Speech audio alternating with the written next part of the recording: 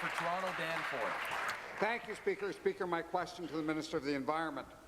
In a recent speech, the Minister of the Environment, Conservation and Parks mentioned that the government might use Australia's climate change policies as a model for Ontario's.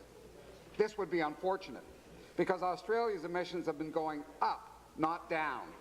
Not only that, instead of a polluter-pay system, Australia forces taxpayers to pay polluters with what is known as a reverse auction system.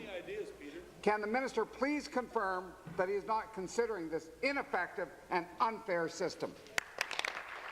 Minister of the Environment, Conservation and Parks. Mr. Speaker, through you to the member, and thank you for the question. We are looking at all of the options, and tomorrow we look forward to bringing forward our environment plan for the province of Ontario. Yeah.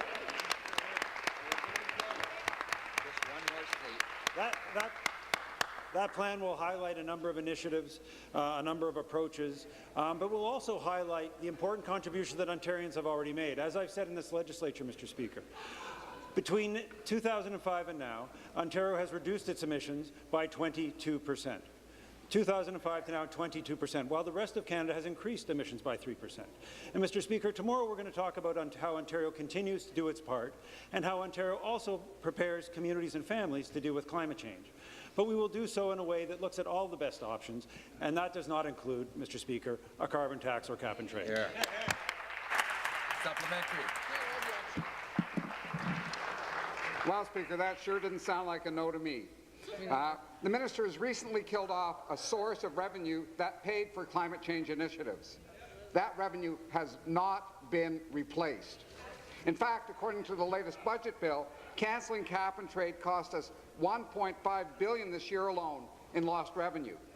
And now, under the Conservatives, there won't be any new money coming in for climate action. So how does the minister intend to pay for programs to reduce greenhouse gas emissions? Minister. Mr. Speaker, and the member from Toronto and Danforth and I have had this argument in this legislature before.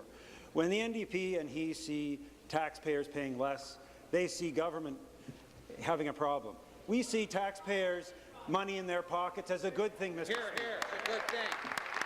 Your hand out of my pocket, Peter. $1.9 billion of money going back into the pockets of consumers.